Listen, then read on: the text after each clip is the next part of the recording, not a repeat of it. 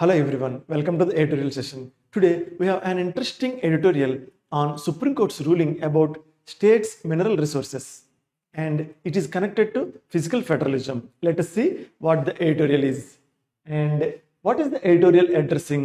This editorial is addressing about Supreme Court of India's ruling that states have the authority to tax mineral rights and mineral being lands, which is a significant affirmation of fiscal federalism.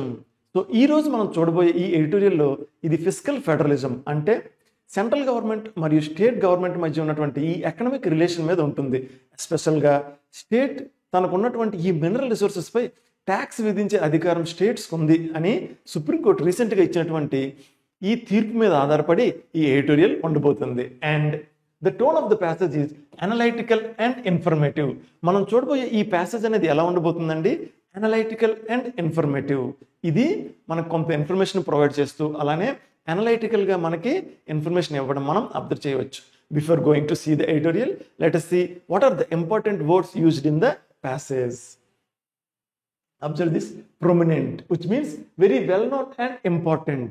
ఈ meaning లో మనం ఈ prominent అనే word ని వాడుతాం. Very well known and important. And the synonyms are eminent, distinguished, notable, renowned. So ఈ words ని మనం సినోనిమ్స్ గా వాడుతాం. Eminent, distinguished, notable and renowned. అలానే యాంటోనిమ్స్ చూసుకున్నట్లయితే inferior, insignificant, ordinary and unknown. ఈ వర్డ్స్ ని మనం యాంటోనిమ్స్ గా వాడుతాం. Let us see the example sentence. The scientist became prominent in the field of genetics due to her groundbreaking research. So ఇక్కడ మనం చూసుకున్నట్లయితే బికేమ్ ప్రొమినెంట్ అనే ఈ ఎక్స్ప్రెషన్ ని మనం అబ్జర్వ్ చేయవచ్చు. Scientist became prominent because of her ground breaking research.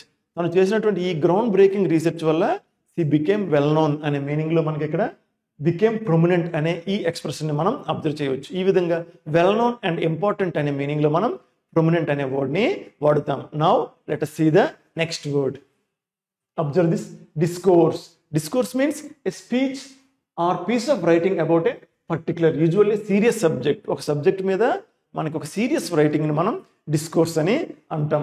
You can see the synonyms: discussion, monologue, conversation and treatise. ఈ words ని మనం సినోనిమ్స్ గా వాడుతాం. Whereas quietness, taciturnity, whisper. ఈ వర్డ్స్ ని మనం యాంటోనిమ్స్ గా వాడుతాం. Taciturnity. Taciturnity means to use less words and unfriendly అనే మీనింగ్ లో మనం వాడుతాం. తక్కువగా మాట్లాడడం, సో అందరితో ఎక్కువగా మాట్లాడకుండా అన్ఫ్రెండ్లీగా ఉండడం అనే మీనింగ్ లో మనం ఈ టాసిటర్నిటీ అనే వర్డ్ ని వాడుతాం. Now let us see the example sentence. The book offers a thorough discourse on the history and development of modern art. ఈ మోడర్న్ ఆర్ట్ మీద ఈ పర్టికులర్ బుక్ అనేది థరో డిస్కోర్స్ అంటే కంప్లీట్ ఇన్ఫర్మేషన్ ని ప్రొవైడ్ చేస్తుంది అనే మీనింగ్ లో మనకి ఇక్కడ థరో డిస్కోర్స్ అనే ఈ ఎక్స్ప్రెషన్ ని మనం అబ్జర్వ్ చేయవచ్చు. Now let us see the next word. Observe this: envisage. Envisage means to imagine or expect something in the future, especially something good. So మనకి ఈ envisage అనే వర్డ్ ని మనం ఫ్యూచర్ లో ఏదైనా ఒక మంచి జరుగుతుంది అనేది ఊహించడం, ఎక్స్పెక్ట్ చేయడం అనే మీనింగ్ లో మనం వాడుతాం. అండ్ envisage కి ఇంకో మీనింగ్ లో కూడా మనం వాడుతామండి. You see to form a mental picture of something, of someone you have never seen. మనం అంతవరకు చూడని ఒక వ్యక్తిని మైండ్ లో ఊహించుకోవడం, వాళ్ళ పిక్చర్ ని ఇమాజిన్ చేయడం అనే మీనింగ్ లో మనం ఈ ఎన్వైసేజ్ అనే వర్డ్ ని వాడుతాం. Let us see the synonyms: foresee, predict, anticipate. ఈ వర్డ్స్ ని మనం ఫస్ట్ మీనింగ్ లో సినోనిమ్స్ గా చెప్పొచ్చు. వేరస్ విజువలైజ్, పిక్చర్, కంటెంప్లేట్ ఈ వర్డ్స్ ని మనం సెకండ్ మీనింగ్ లో సినోనిమ్ గా మనం చెప్పవచ్చు అండి. Let us see the antonyms: neglect, disregard, ignore, disbelief. ఈ వర్డ్స్ ని మనం యాంటోనిమ్స్ గా రాయవచ్చు. And the example sentence is: the new policy reforms were envisaged to improve the country's economic stability. So ఈ కొత్తగా తెచ్చినటువంటి ఈ పాలసీ అనేది ఫ్యూచర్ లో ఎకనామిక్ స్టెబిలిటీని ఇంప్రూవ్ చేస్తుంది అని ఊహించడం అనే మీనింగ్ లో, ఓకే, ఫ్యూచర్ ని ఎక్స్పెక్ట్ చేయడం అనే మీనింగ్ లో వర్ ఎన్వసైజ్డ్ అని ప్యాసివ్ వాయిస్ లో వాడడం మనం అబ్జర్వ్ చేయొచ్చండి. Were envisaged because the new policy reforms అనేవి వీటి కోసం మాట్లాడుతున్నాం కాబట్టి ఇక్కడ ప్యాసివ్ వాయిస్ లో వర్ ఎన్వసైజ్డ్ అని ఇక్కడ మనం ఎక్స్ప్రెస్ చేయడం అబ్జర్వ్ చేయవచ్చు. Now let us see the next word. Observe this: proponent. Proponent means a person who speaks publicly in support of a particular idea or plan of action. పబ్లిక్గా ఒకదాన్ని support చేసే వ్యక్తిని ప్రొపోనెంట్ అని అంటామండి. It is a noun. Let us see synonyms: advocate, defender, enthusiast, exponent, patron. So ఈ వర్డ్స్ని మనం సినోనిమ్స్గా మనం రాస్తాం. Versus antagonist, detractor, enemy, opponent, ఈ వర్డ్స్ని యాంటనిమ్స్గా చెప్పవచ్చు. Now let us see the example sentence. As a proponent of free speech, you can see proponent of free speech. Free స్పీచ్ని సపోర్ట్ చేసే వ్యక్తిగా he often participate in debates about censorship. అతను తరచుగా ఈ డిబేట్స్లో పార్టిసిపేట్ చేస్తుంటారని proponent of speech, proponent of free speech అనే ఈ ఎక్స్ప్రెషన్ని మనం అబ్జర్వ్ చేయవచ్చు. టు సపోర్ట్ సంథింగ్ అనే మీనింగ్లో. Now let us see the next word. Observe this: dilution. Dilution means the action of making a liquid weaker by mixing in something else. ఒక లిక్విడ్లో వేరే లిక్విడ్ని కలిపి దాని వాల్యూని తగ్గించడం అనే మీనింగ్లో మనం ఈ డైల్యూషన్ అనే వర్డ్ని వాడుతాం. అలానే ఏదైనా ఒక యాక్షన్ కానీ లేదా ఒక పర్టికులర్ ఫీలింగ్ని కానీ వీక్ చేయడం అనే మీనింగ్లో కూడా మనం ఈ డైల్యూషన్ అనే వర్డ్ని వాడుతాం. You can see the action of reducing the strength of a feeling, action etcetera. ఒకదాని స్ట్రెంగ్త్ తగ్గించడం అనే మీనింగ్లో కూడా మనం ఈ డైల్యూషన్ అనే వర్డ్ని వాడుతాం. ఒకదాని స్ట్రెంగ్త్ని తగ్గించడం లేదా ఒక ఫీలింగ్ ఉన్నటువంటి స్ట్రెంగ్త్ని తగ్గించడం అనే మీనింగ్లో మనం ఈ డైల్యూషన్ అనే వర్డ్ని వాడుతాం. You see the synonyms: mixture, preparation, solution, vitiation, devaluation and impairment. ఈ వర్డ్స్ని మనం సినోనిమ్స్గా రాస్తాం. వేరస్ స్ట్రెంథనింగ్. స్ట్రెంథనింగ్ అంటే ఇది ఇక్కడ వీక్నింగ్ అనే మీనింగ్లో మనం అబ్జర్వ్ చేయొచ్చు. స్ట్రెంథనింగ్ అనేది యాంటనిమ్ అవుతుంది. Now let us see the example sentence. Critics argue that the constant addition of new shares has led to the dilution of the company's stock value. So ఇక్కడ మనం చూసుకున్నట్లయితే constant addition of new shares, కంటిన్యూస్గా ఈ new shares అనేవి add చేయడం వల్ల company stock value అనేది weak అయ్యింది. ఇక్కడ డైల్యూషన్ అనే వర్డ్ని మనం అబ్జర్వ్ చేయవచ్చు. సో డైల్యూషన్ మీన్స్ వీకెన్ అనే మీనింగ్లో ఇక్కడ మనం అబ్జర్వ్ చేయవచ్చు. ఈ విధంగా డైల్యూషన్ని to make something less strong అనే మీనింగ్లో మనం వాడుతాం. Now let us see the next one. Dissent. Dissent means a strong difference of opinion on a particular subject, especially about an official suggestion or plan or a popular belief. So ఒక popular బిలీఫ్కి ఒక opposite suggest చేయడం అనే మీనింగ్లో మనం ఈ dissent అనే మీనింగ్ని, dissent అనే వర్డ్ని వాడుతామండి. And in legal terminology ఈ డిస్సెంట్ అనే వర్డ్ని ఒక జ్యూరీలో ఒక జడ్జి మిగతా జడ్జెస్ కంటే ఒక ఆపోజిట్ డెసిషన్ ఇచ్చినప్పుడు, అంటే ఒక డిఫరెంట్ డెసిషన్ ఇచ్చినప్పుడు ఆ డిఫరెంట్ డెసిషన్ ఇవ్వడానికి కారణం ఏంటి అనే దాన్ని రికార్డ్ చేస్తారు. సో ఈ రికార్డ్ చేసినటువంటి ఈ డిఫరెంట్ ఒపీనియన్ మనం ఏంటంటామండి, మనం డిస్సెంట్ అని అంటాం ఆ మీనింగ్లో కూడా. అండ్ సినోనిమ్స్ చూసుకున్నట్లయితే డిస్కార్డ్, రెసిస్టెన్స్, స్ట్రైఫ్, కంటెన్షన్, డిసిడెన్స్, ఈ వర్డ్స్ని మనం సినోనిమ్స్గా వాడుతాం. వెరాస్ కాంక్రురెన్స్, హార్మోనీ, అకార్డ్, కన్ఫర్మిటీ. సో ఇవి అగ్రిమెంట్ అనే మీనింగ్లో ఉంటాయి. వీటిని మనం యాంటోనిమ్స్గా మనం వాడవచ్చు. Now let us see the example sentence.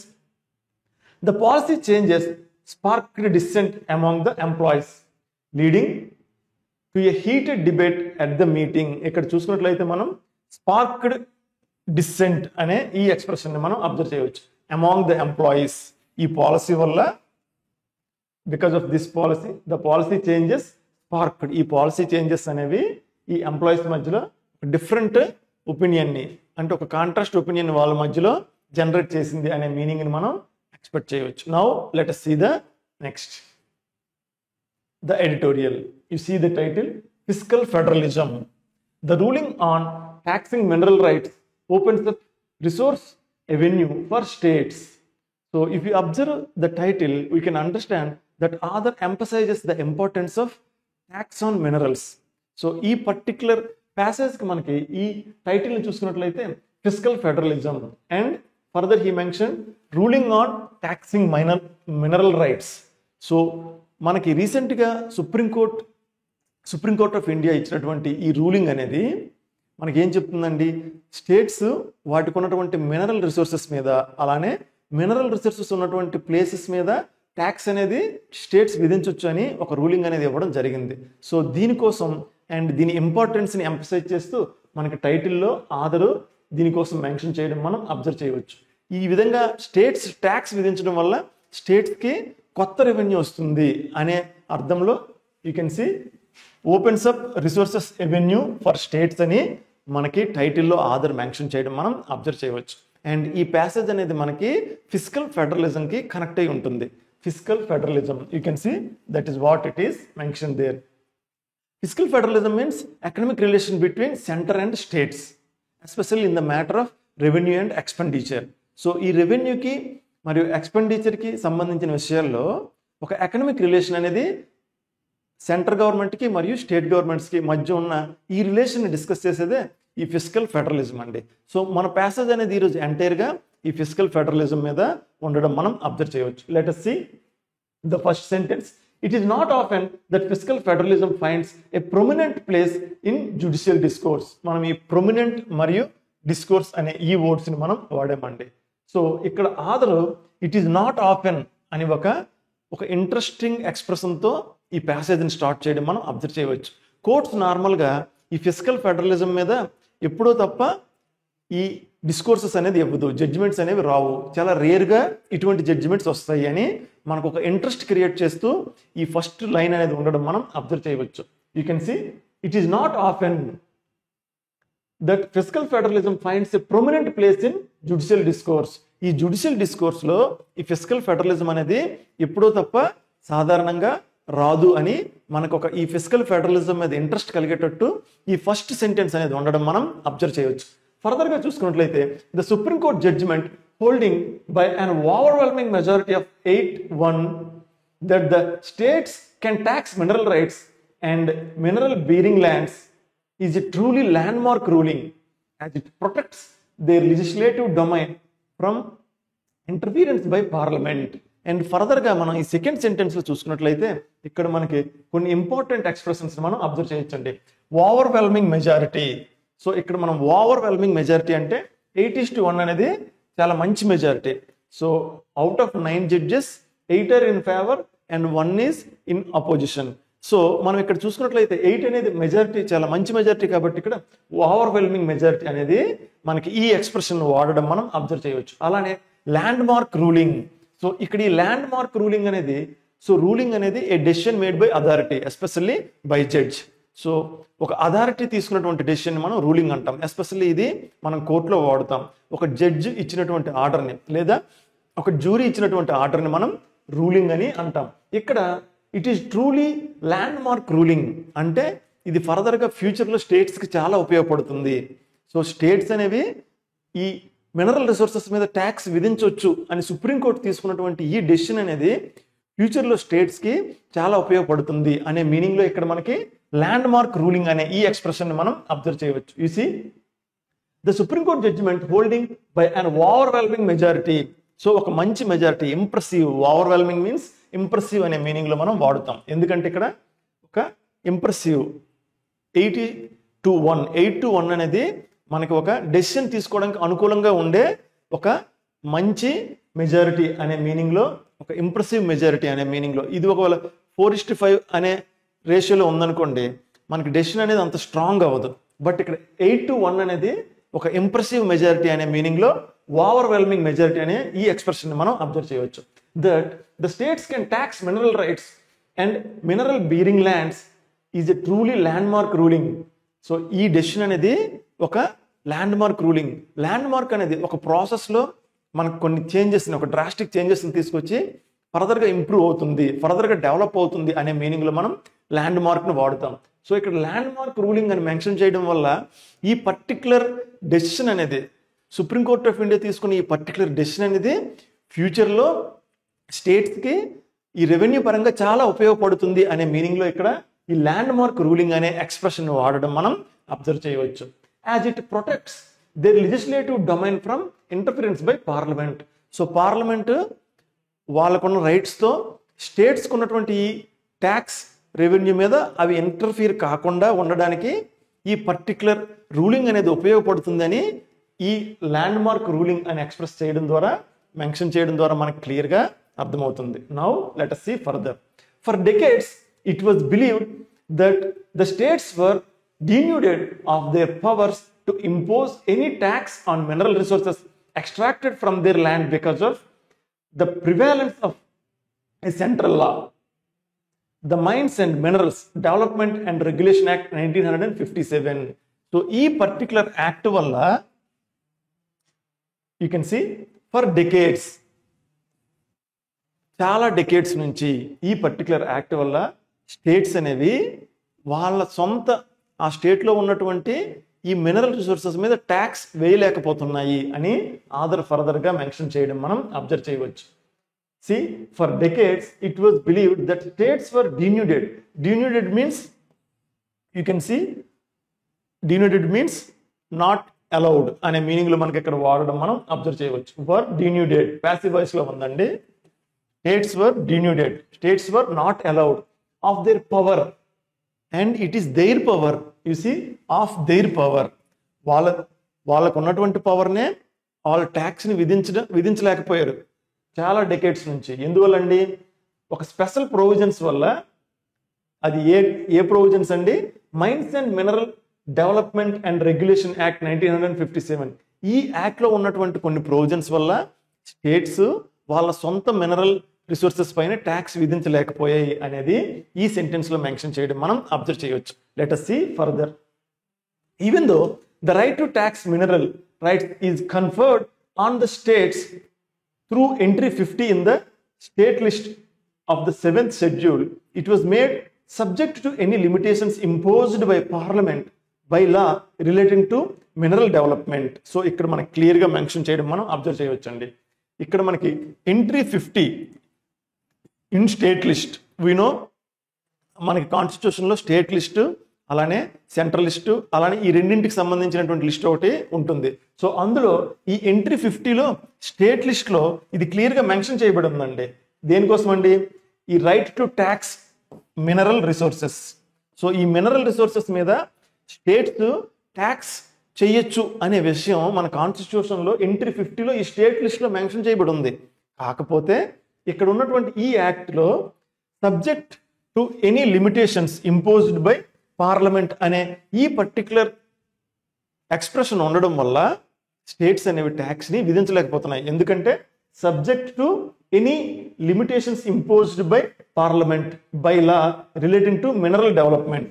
ఈ మినరల్కి సంబంధించి పార్లమెంట్ ఏదైనా డెసిషన్ ఇస్తే అవి స్టేట్స్ ఫాలో అవ్వాలి అనే ఈ పర్టికులర్ సెంటెన్స్ ఉండడం వల్ల మనకి స్టేట్స్ అనేవి ఇంతవరకు వాళ్ళకు ఉన్నటువంటి రిసోర్సెస్ మీద అవి ట్యాక్స్ విధించలేకపోతున్నాయి అనే ఇక్కడ మెన్షన్ చేయడం మనం అబ్జర్వ్ చేయవచ్చు. సో పర్టికులర్గా ఈ subject to any limitations imposed by parliament by law relating to mineral development. ఈ మినరల్ డెవలప్మెంట్ మించి ఈ పర్టికులర్ సెంటెన్స్ మెన్షన్ చేయడం వల్ల సెంటర్కి అనేది ఒక పవర్ వచ్చింది. ఏంటండి ఆ పవర్? సో ఈ మినరల్ రిసోర్సెస్ని కంట్రోల్ చేయడానికి స్టేట్స్ మీద అవి ఎటువంటి రూల్స్ అయినా ఇంపోజ్ చేయొచ్చు అనే ఈ పర్టికులర్ సెంటెన్స్ వల్ల ఇంతవరకు స్టేట్స్ అనేవి వాళ్ళకు ఉన్నటువంటి రిసోర్సెస్ మీద అవి ట్యాక్స్ను విధించలేకపోయాయి అని ఇక్కడ మెన్షన్ చేయడం మనం అబ్జర్వ్ చేయవచ్చు.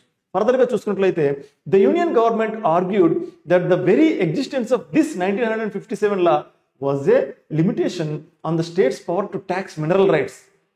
సో ఇంతవరకు ఈ 1957 లాలో ఉన్నటువంటి the union government argued. So central government అనేది ఆర్గ్యూ చేస్తుందండి. ఏంటి ఆర్గ్యూ చేస్తుంది? That the very existence of this 1957 law was a limitation on the state's power to tax mineral rights. So central గవర్నమెంట్కి ఉన్నటువంటి అథారిటీ ఇది. Dr. D.Y. Chandrachud, writing for the bench, examined the Act's provisions to conclude that it contained no such limitations. ఫర్దర్గా chief justice of India గారు ఈ యాక్ట్లో అటువంటి provision లేదు అని మెన్షన్ చేయడం ఇక్కడ మెన్షన్ చేయడం మనం అబ్జర్వ్ చేయవచ్చు. And if you see further, the royalty envisaged by the 1957 act was held to be not a tax at all. And ఫర్దర్గా ఇక్కడ ఏం మెన్షన్ చేశారండి? ఈ 1957 యాక్ట్లో ఉన్నటువంటి ఈ రాయల్టీ అనేది ట్యాక్స్ కాదు, ఇది అసలు ట్యాక్స్గా పరిగణించకూడదు అని సుప్రీంకోర్ట్ ఆఫ్ ఇండియా తీర్పులో మెన్షన్ చేయడం ఇక్కడ మెన్షన్ చేశారు. And the union was hoping that once royalty was accepted as a tax, it would wholly occupy the field and thus remove the state scope for taxing mineral rights. ఈ royalty అనేది ఎప్పుడైతే మనం ట్యాక్స్గా భావిస్తామో స్టేట్స్కి తనకున్న power అయినటువంటి ఈ mineral resources లేదా మినరల్ రిసోర్సెస్ ఉన్నటువంటి ప్లేసెస్ మీద ట్యాక్స్ విధించే హక్కు రైట్ అనేది పోతుంది అని సుప్రీంకోర్ట్ ఆఫ్ ఇండియా తన తీర్పులో మెన్షన్ చేయడం ఇక్కడ చూడవచ్చు మనం. However the court chose to see the royalty as a contractual consideration for enjoyment of mineral rights. Also, it ruled that states could tax mineral-bearing lands under Entry 49, a general power to tax lands. అలానే ఇక్కడ ఈ royalty అనేది ఒక contractual consideration గానే పరిగణించాలి తప్ప tax గా పరిగణించకూడదు అనేది ఇక్కడ మెన్షన్ చేయడం మనం అబ్జర్వ్ చేయవచ్చు. అలానే ఎంట్రీ 49 ప్రకారం స్టేట్స్ కి ఈ ట్యాక్స్ టు ట్యాక్స్ ల్యాండ్స్ అనే దాని మీద ఈ మినరల్ రిసోర్సెస్ ఉన్నటువంటి ఈ ల్యాండ్స్ మీద ట్యాక్స్ విధించే హక్కు ఉంటుంది అని సుప్రీంకోర్టు తీర్పులో మెన్షన్ చేయడం మనం అబ్జర్వ్ చేయవచ్చు. Now let us see further. Observe this. Proponents of fiscal federalism and autonomy will particularly welcome the fact that the judgment opens up significant new taxation avenue for the states, and the observation that any dilution of the taxation powers of the state would adversely affect their ability to deliver welfare schemes and services to the people. So ఇక్కడ మనం further గా you see ప్రొపోనెంట్స్ means support చేసేవాళ్ళు. దేనికంటే support చేసేవాళ్ళు? Federalism and autonomy. So ఎవరైతే ఈ ఫెడరలిజంకి అటానమీకి support చేస్తారో ఈ తీర్పు అనేది వెల్కమ్ చేస్తారని ఆధార్ ఇక్కడ మెన్షన్ చేయడం మనం అబ్జర్వ్ చేయవచ్చు. అలానే ఫర్దర్గా చూసుకున్నట్లయితే dilution of the taxation powers of the స్టేట్స్కి ఉన్నటువంటి ఈ టాక్సేషన్ పవర్స్ని తగ్గించినట్లయితే యూసి డైల్యూషన్ ఈ వర్డ్ కోసం మనం డిస్కస్ చేసాం. Dilution means to make something less strong. So ఇక్కడ దేనికోసం వాడారండి? Powers of the states, taxation powers of the state. So ఎప్పుడైతే స్టేట్స్కి ఉన్నటువంటి ఈ టాక్సేషన్ పవర్ని వీక్ చేస్తారో, సో ఈ రిమైనింగ్ ప్రొవిజన్స్తో ఎప్పుడైతే స్టేట్స్కి ఉన్నటువంటి ఈ టాక్సేషన్ పవర్ అనేది తగ్గుతుందో స్టేట్స్ తను ఇంప్లిమెంట్ చేసేటటువంటి ఈ వెల్ఫేర్ స్కీమ్స్కి ఇబ్బంది అవుతుందని ఆధార్ ఫర్దర్గా మెన్షన్ చేయడం మనం అబ్జర్వ్ చేయవచ్చు. You see would adversely affect their ability to deliver the welfare schemes and services to the people. So పీపుల్కి ఇచ్చే సర్వీసెస్ కానీ అలానే ఈ వెల్ఫేర్ స్కీమ్స్కి ఇబ్బంది అవుతుంది. అడ్వర్స్లీ ఎఫెక్ట్ ఇబ్బంది అవుతుంది. ఎప్పుడు ఇబ్బంది అవుతుందండి?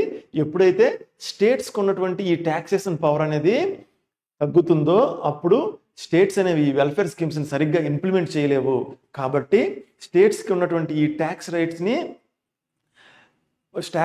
ప్రొటెక్ట్ చేయాలి అనే మీనింగ్లో ఆధారు ఈ సెంటెన్స్ రాయడం మనం అబ్జర్వ్ చేయవచ్చు. Now let us see. However, Justice B.V. Nagaratna in her dissent, you see dissent, we learned about this word, means a different opinion. He expressed a different opinion. Justice B.V. Nagaratna in her dissent argues that if the court did not recognize the central law as a limitation of the state's taxation powers, it would have undesirable consequences as state would enter into an unhealthy competition to deliver additional revenue, resulting in an uneven and uncoordinated spike in the cost of minerals and purchases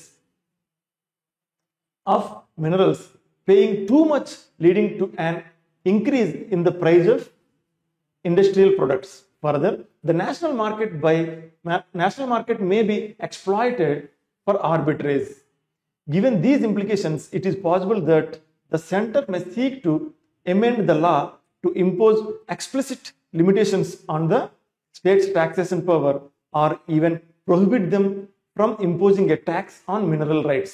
However, such a move may result in mining activities being left wholly out of the tax net, as a majority has also held that Parliament lacks the legislative competence to tax mineral rights. So, ఇక్కడ మనకి ఇంతకు ముందు mention చేసినటువంటి ఒపీనియన్కి ఒక different opinion ఎవరు mention చేశారండి? Justice BV Nagarathna గారు మెన్షన్ చేయడం మనం అబ్జర్వ్ చేయవచ్చు. Justice BV Nagarathna argues that if the court did not recognise the central law as a limitation, court ఈ సెంట్రల్కి ఉన్నటువంటి ఈ లిమిటేషన్ రికగ్నైజ్ చేయనట్లయితే స్టేట్స్ ఒక అన్హెల్తీ కాంపిటీషన్లోకి వెళ్ళి ఈ మినరల్ రిసోర్సెస్ కాస్ట్ని పెంచే ఛాన్స్ ఉంటుంది. తద్వారా ఫర్దర్గా ఇండస్ట్రియల్ ప్రొడక్ట్స్ రేట్స్ అనేవి పెరిగిపోతాయి అని ఒక డిఫరెంట్ ఒపీనియన్ని జస్టిస్ బివి నాగరత్న గారు ఇవ్వడం మనం ఇక్కడ అబ్జర్వ్ చేయవచ్చు. సో ఎప్పుడైతే సెంట్రల్ గవర్నమెంట్కి ఉన్నటువంటి ఈ limitation, you see the central law as a limitation on the states taxation powers. So ఎప్పుడైతే సెంట్రల్ గవర్నమెంట్కి ఉన్నటువంటి ఈ లిమిటేషన్ మనం రికగ్నైజ్ చేయమో, స్టేట్స్కి కంప్లీట్ అథారిటీ ఉంటుందో, అటువంటి సందర్భంలో ఒక అన్హెల్దీ కాంపిటీషన్ అనేది పెరిగి ఈ ఇండస్ట్రియల్ ప్రొడక్ట్స్కి ఈ మినరల్ రిసోర్సెస్ కాస్ట్ అనేవి పెరిగిపోతాయి. దీని ద్వారా ఇండస్ట్రియల్ ప్రొడక్ట్స్ అనేవి కాస్ట్ పెరిగిపోతాయని మనకి ఇక్కడ ఫర్దర్గా జస్టిస్ బివి నాగరత్న గారు మెన్షన్ చేయడం మనం అబ్జర్వ్ చేయవచ్చు. You see resulting in an uneven and uncoordinated spike in the cost of minerals cost అనేవి పెరిగిపోతాయి. And purchases of minerals paying too much leading to an increase in the prices of industrial products. దీనివల్ల ఏమవుతుంది, industrial products అనేవి మనకి rates అనేవి పెరిగిపోతాయని ఇక్కడ justice BV Nagarathna గారు ఫర్దర్గా మెన్షన్ చేయడం మనం అబ్జర్వ్ చేయవచ్చు.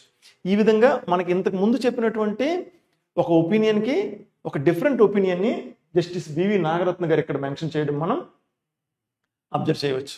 Now let us do some exercise on this. Observe this. We have one reading comprehension question. Let me read the question. Why did the Supreme Court's judgment on taxing mineral rights represent a landmark ruling in the context of fiscal federalism? So ఈ physical federalism context లో సుప్రీంకోర్ట్స్ ruling అనేది ఒక land mark ruling అని ఎందుకు Aadhaar mention చేశారు అనేది మన question అండి. దీని కరెక్ట్ ఆప్షన్ మనం ఐడెంటిఫై చేయాలి. So what might be the correct option? Let us see. It affirms the state's share of central taxes as a percentage of net proceeds above the recommended level. So ఇక్కడ మనం ఈ central tax కోసం మనం discuss చేయలేదండి ప్యాసేజ్లో. మనం పర్టికులర్గా natural resources మీద ఉన్నటువంటి ట్యాక్సెస్ కోసం మాత్రమే మాట్లాడాం. బట్ ఇక్కడ central taxes as a percentages of net proceeds above the recommended level అని మనం ఈ టాపిక్ కోసం ఇక్కడ డిస్కస్ చేయలేదండి. స్టేట్ షేరు సెంట్రల్ ట్యాక్సెస్లో ఈ టాపిక్ కోసం మనం డిస్కస్ చేయలేదు. And we discussed only tax on mineral resources and tax on places that have mineral resources.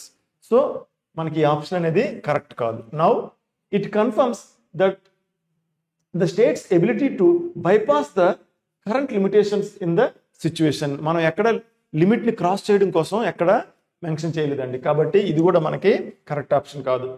Because it explains certain powers which the state and the federal government both May exercise. ఇక్కడ మనం ఎప్పుడు ఈ ప్యాసేజ్లో ఎక్కడ కూడా మనకి central మరియు state గవర్నమెంట్కి ఉన్నటువంటి కామన్ పవర్స్ కోసం ఎక్కడ మనం మాట్లాడలేదు. కాబట్టి ఇది కూడా మనకి ఆప్షన్ కాదు. It affirmed that the states power to tax mineral rights and it will be a new avenue to generate revenue which is significant for fiscal federalism. Yes, states power to tax mineral rights and it will be a new avenue to generate revenue. So దీనికోసం మనం ప్యాసేజ్లో discuss చేసాం. And ఈ particular ruling వల్ల ఫ్యూచర్లో స్టేట్స్కి ఎడిషనల్గా tax amount అనేది వస్తుంది. దీనివల్ల స్టేట్స్కి ట్యాక్స్ రెవెన్యూకి ఒక కొత్త మార్గం దొరుకుతుంది ట్యాక్స్ నుంచి ఇన్కమ్ జనరేట్ కావడానికి. సో అందువల్ల ఇది ఒక ల్యాండ్ మార్క్ రూలింగ్ అని ప్యాసేజ్లో మెన్షన్ చేయడం మనం అబ్జర్వ్ చేయవచ్చు. కాబట్టి మనకి కరెక్ట్ ఆప్షన్ ఏమవుతుందండి? ఆప్షన్ డి అనేది మనకి కరెక్ట్ ఆప్షన్ అవుతుంది. ఇది ఎందుకు ల్యాండ్ మార్క్ రూలింగ్ అయిందంటే ఇది ఫ్యూచర్లో స్టేట్స్కి కొత్త ట్యాక్స్ ఇన్కమ్ రావడానికి ఛాన్స్ ఉంటుంది. సో స్టేట్స్ తన ఇన్కమ్ని పెంచుకోవడానికి అవకాశం ఉంటుంది. కాబట్టి ఇది ఒక ల్యాండ్ మార్కింగ్ రూలింగ్ అనేది మనకు ప్యాసేజ్లో మనం అబ్జర్వ్ చేయవచ్చు. కాబట్టి మనకు కరెక్ట్ ఆప్షన్ ఏమవుతుందండి? ఆప్షన్ డి అనేది మనకి కరెక్ట్ ఆప్షన్ అవుతుంది. And it establishes the tax bracket that the states can enforce within a federal system. So మనం ఎక్కడ కూడా ట్యాక్స్ బ్రాకెట్ కోసం మాట్లాడలేదండి. సో మనకి ఈ అనేది కూడా మనకి కరెక్ట్ ఆప్షన్ కాదు. So the only option here is option D. Now let us see the next question. Observe this. What concern did Justice B.V. Nagaratna raise in her dissent regarding the Supreme Court's ruling on states taxing mineral rights?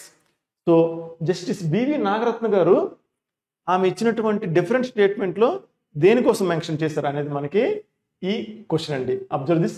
Justice BV Nagarathna argued that the ruling would centralise all mineral taxation powers to the federal government. So ఇక్కడ మనం observe చేసుకున్నట్లయితే all mineral taxation అనేది centralise అవుతుంది అనే ఈ statement మనకి mention చేయలేదండి. కాబట్టి ఇది మనకి ఆప్షన్ కాదు. Justice BV Nagarathna was concern that the ruling would significantly decrease state revenue. State revenue తగ్గుతుందని జస్టిస్ బివి నాగరత్న గారు ఎక్కడ మెన్షన్ చేయలేదు. సో ఆమె రేట్స్ పెరుగుతాయి, ఈ న్యాచురల్ రిసోర్సెస్ మీద ట్యాక్స్ వేయడం వల్ల వాటి రేట్స్ పెరుగుతుంది, దీనివల్ల ఇండస్ట్రియల్ ప్రొడక్ట్స్ రేట్ పెరుగుతాయి అని మెన్షన్ చేశారు తప్ప మనకి ఎక్కడ రెవెన్యూ ఎఫెక్ట్ అవుతుందని ఎక్కడ మెన్షన్ చేయలేదు. కాబట్టి మనకి ఆప్షన్ బి అనేది కాదండి. Justice BV Nagarathna believed that the ruling would lead to over regulation of the mining industry by the states. So states వల్ల ఓవర్ రెగ్యులేట్ ఎక్కడ అవుతుందని మనకి ఎక్కడ కూడా మెన్షన్ చేయబడలేదండి. కాబట్టి ఆప్షన్ సి కూడా మనకి కాదు. Justice BV Nagarathna feared that the decision would result in reduced mineral extraction and a decline in industrial growth. మనకి రెడ్యూస్డ్ మినరల్ ఎక్స్ట్రాక్షన్, అసలు మనం మినరల్ ఎక్స్ట్రాక్షన్ కోసం ఎక్కడ కూడా మాట్లాడలేదు. మనం మినరల్ రిసోర్సెస్ వల్ల ఇండస్ట్రియల్ ప్రొడక్ట్స్ రేట్స్ పెరుగుతాయని మాట్లాడడం తప్ప ఈ మినరల్ ఎక్స్ట్రాక్షన్ కోసం ఎక్కడ కూడా ప్యాసేజ్లో మెన్షన్ చేయబడలేదు. కాబట్టి మనకి ఆప్షన్ డి కూడా పాసిబుల్ కాదు. So the last one, Justice B.V. Nagaratna believed that without recognizing the central law as a limitation, allowing states to tax mineral rights could lead to unhealthy competition, higher mineral costs. Yes, దీనికోసం మనం mention చేయడం మనం observe చేయవచ్చు. So ఈ central లాని ఎప్పుడైతే మనం పరిగణించలేదో ఈ states tax mineral rights అనేవి could lead to unhealthy competition, ఒక అన్హెల్దీ కాంపిటీషన్కి లీడ్ చేసి హయ్యర్ మినరల్ కాస్ట్స్కి ఛాన్స్ కావచ్చు అనేది జస్టిస్ బివి నాగరత్న గారు తన స్టేట్మెంట్లో మెన్షన్ చేయడం మనకి ప్యాసేజ్లో మనం గమనించవచ్చు. కాబట్టి మనకి కరెక్ట్ ఆప్షన్ ఏమవుతుందండి? ఆప్షన్ ఈ అనేది మనకి కరెక్ట్ ఆప్షన్ అవుతుంది. Now let us see the next question. Observe this. The Supreme Court judgment holding by an overwhelming majority of 8-1 that the states can tax mineral rights and mineral bearing lands is a truly landmark ruling. So ఇందులో మనం చూసుకున్నట్లయితే ఈ overwhelming అనే వర్డ్కి మనం ఏంటి identify చేయాలండి? సినోనిమ్ని identify చేయాలి. And మనకి ఇచ్చినటువంటి ఆప్షన్ చూసుకున్నట్లయితే moderate, decisive, insignificant, minimal and negligible. So ఈ వర్డ్స్లో మనం ఇక్కడ చూసుకున్నట్లయితే ఓవర్వెల్మింగ్ మెజారిటీ, ఇది మనకి 8-1 మెజారిటీ వచ్చింది కాబట్టి ఇది మనకు ఒక ఇంప్రెసివ్ మెజారిటీ. కాబట్టి మనకి ఇక్కడ ఓవర్వెల్మింగ్ అనే వర్డ్ని మనం అబ్జర్వ్ చేయవచ్చు. అండ్ మనకి ఇచ్చినటువంటి వర్డ్స్లో ఈ పర్టికులర్ 8-1 మెజారిటీ అనేది ఒక స్ట్రాంగ్ డెసిషన్ తీసుకోవడానికి మనకి సింపుల్ అయింది. కాబట్టి ఇక్కడ మనకి ఈ డెసిసివ్ అనే వర్డ్ దీనికి సినోనిమ్గా ఉందని మనం చెప్పవచ్చు. ఎందుకంటే ఈ 8-1 మెజారిటీ అనేది మనకి ఒక ఇంప్రెసివ్ మెజారిటీ, ఇది ఒక డెసిషన్ తీసుకోవడానికి అనుకూలంగా ఉంటుంది. కాబట్టి మనకి ఇక్కడ డెసిసివ్ అనే word more suitable comparing to remaining words. ఈ మోడరేట్, ఇన్సిగ్నిఫికెంట్, మినిమల్, నెగ్లిజిబుల్ ఈ వర్డ్స్ అనేవి సినానమస్గా లేవండి. ఇక్కడ కేవలం మనకి డెసిసివ్ అనే వర్డే సినానమస్గా ఉంది. ఎందుకంటే మనకి 8-1 మెజారిటీ అనేది ఒక డెసిషన్ తీసుకోవడానికి అనుకూలంగా ఉన్నటువంటి మంచి మెజారిటీ. కాబట్టి ఓవర్వెల్మింగ్ మెజారిటీ అని మెన్షన్ చేయడం మనం అబ్జర్వ్ చేయవచ్చు. కాబట్టి ఇది ఒక డెసిసివ్ మెజారిటీగా మనం చెప్పవచ్చు. Now let us see the next one. Observe this. The judgment opens up a significant new taxation avenue for the states and the observation that any dilution of the taxation powers of the states would adversely affect their ability to deliver welfare schemes and services to the people. ఇందులో మనకి delusion అనే వర్డ్కి antonym కావాలండి. So మనకి ఇక్కడ word ఏంటి ఇచ్చారండి? Dilution. దీనికి మనకు ఉన్నటువంటి ఆప్షన్స్ చూసుకున్నట్లయితే reduction, weakening, strengthening, diminishing and undermining. So ఈ వర్డ్స్లో మనకి ఇక్కడ డైల్యూషన్ అనే వర్డ్ని మనం to make something weaker or to make something less strong అనే మీనింగ్లో మనం వాడుతాం. ఇక్కడ మనకి dilution of the taxation powers అంటే స్టేట్స్కి ఉన్నటువంటి ఈ టాక్సేషన్ పవర్ని తగ్గించడం అనే మీనింగ్లో మనం ఇక్కడ డైల్యూషన్ అనే వర్డ్ని వాడడం మనం అబ్జర్వ్ చేయవచ్చు. సో దీనికి మనం పాజిబుల్ యాంటోనిమ్ని ఐడెంటిఫై చేయాలి. సో రిడక్షన్, వీకెనింగ్ అనేవి మనకి తగ్గిస్తున్నాయండి. సో కాబట్టి ఇవి మనకి పాజిబుల్ యాంటనిమ్స్ కావు. స్ట్రెంథనింగ్ అనేది మనకి యాంటనిమ్ అవుతుంది, ఎందుకంటే ఇది ఆపోజిట్ మీనింగ్ని, డైల్యూషన్కి ఆపోజిట్ మీనింగ్ని కలిగి ఉంది. కాబట్టి మనకి స్ట్రెంథనింగ్ అనే వర్డ్ మనం యాంటనిమ్గా రాయవచ్చు. వేరే డిమినిషింగ్ అండ్ అండర్మైనింగ్ అనేవి కూడా మనకి యాంటనిమ్స్ కావు. So the only possibility is strengthening. కాబట్టి మనకి కరెక్ట్ ఆప్షన్ ఏమవుతుందండి, ఈ కాంటెక్స్ట్లో ఆప్షన్ సి అనేది మనకి కరెక్ట్ యాంటనిమ్ అవుతుంది ఈ డైల్యూషన్ అనే వర్డ్కి. Thank you.